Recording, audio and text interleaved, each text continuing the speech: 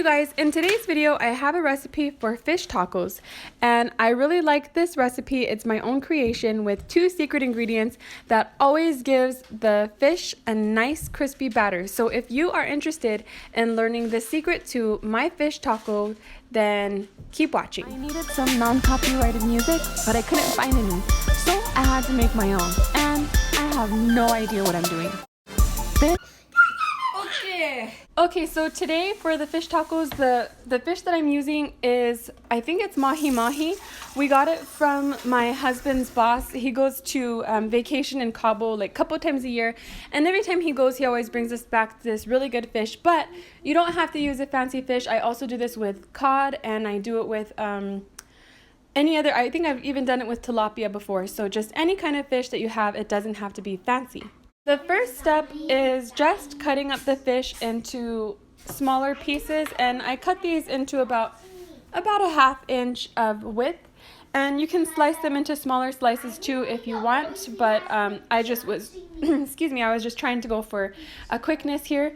And then the next thing that I'm doing is putting on my spices. So to start off, I'm putting garlic powder, and I will also be putting salt. And I did notice that this garlic powder was pretty strong and the fish was a little bit spicy, so you might want to check your garlic powder first, because the kids were like, what is that spiciness? What is that spiciness? But the only thing that I put on there that could have been spicy was the garlic. So I'm going to flip these over and get the other side with both of the garlic and the salt.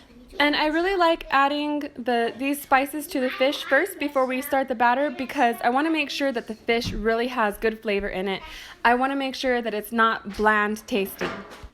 By putting the salt on first, that is a good way to make sure that it gets into the food and not just on the outside batter. So I'm adding about 1 cup of flour.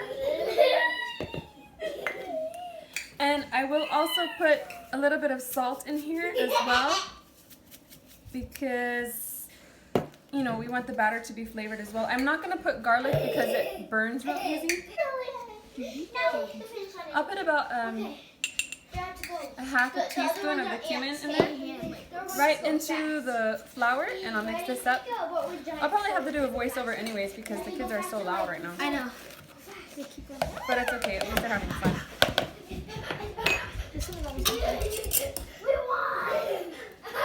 Put a little bit too much. I'm going to add 1 tablespoon of baking soda, and this is one of my secret ingredients. Okay, maybe I'll do half. I'm just doing half. Well, I'm going to stir this in really well. And you can add whatever spices you like. This is just what I like. The next ingredient that I'm adding is water, and you want to make sure that you're using cold water, because the cold will help the poofiness when it hits the hot oil. It will have a better reaction, so you will get a crispier batter, a crispier crust. And my next secret ingredient is vinegar, so white distilled vinegar, and I ended up using about 1 tablespoon of vinegar, and this is just going to have the typical baking soda vinegar reaction that we all know is responsible for making that bubbly reaction. And so that's why this batter works for me. It just always comes out super fluffy no matter what. So I'm going to keep adding cold water and a little bit more vinegar until I reach a pancake-like consistency. Because we're using baking soda and not baking powder, we have to work fast once we start getting this reaction. So here is the batter, what it looks like. I think it's pretty good almost. And you got to make sure before you start mixing your vinegar and water into the baking soda is that you want your oil to start getting hot, and we're going to have our rack to put the fried fish on afterwards, so that way it can drip off and not get soggy. If you put it on a plate, then your crisp that you use the baking soda and vinegar for is going to get soggy. So you want to make sure that you have all of those ready, and then we'll start putting our fish into the hot oil. And you have to make sure that your oil is hot before you start this. And now we're going to start frying our fish.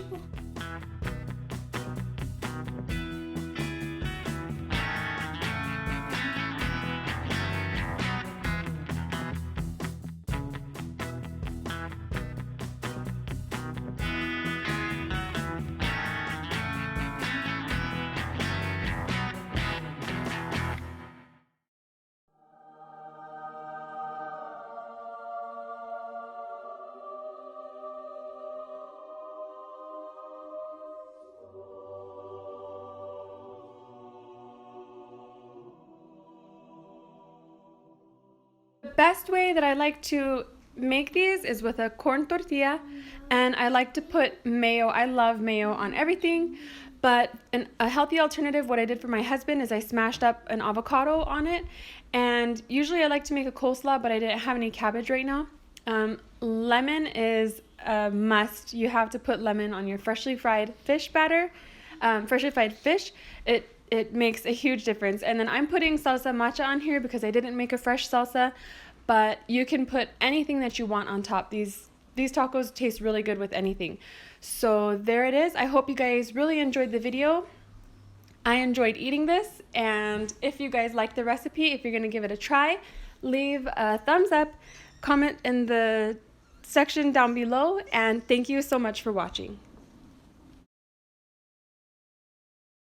I needed some non-copyrighted music, but I couldn't find any, so I had to make my own, and I have no idea what I'm doing.